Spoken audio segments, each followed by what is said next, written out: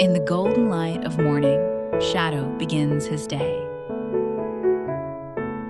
Suddenly, a flash of white catches his eye. A dove lands nearby, a silent challenge in a timeless game of patience. Instinct takes over. With a sudden burst of energy, the chase begins across the ancient cobblestones of the sleeping city.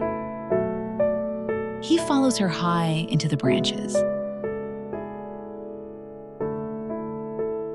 Up there, above the rooftops, the world looks different, vast and full of wonder. As the sun begins to set, Shadow rests. He watches the sky turn to gold, finding peace in the middle of the quiet street. The journey ends where it began. In the end, it's not about the catch, but the beauty found in these simple, fleeting moments.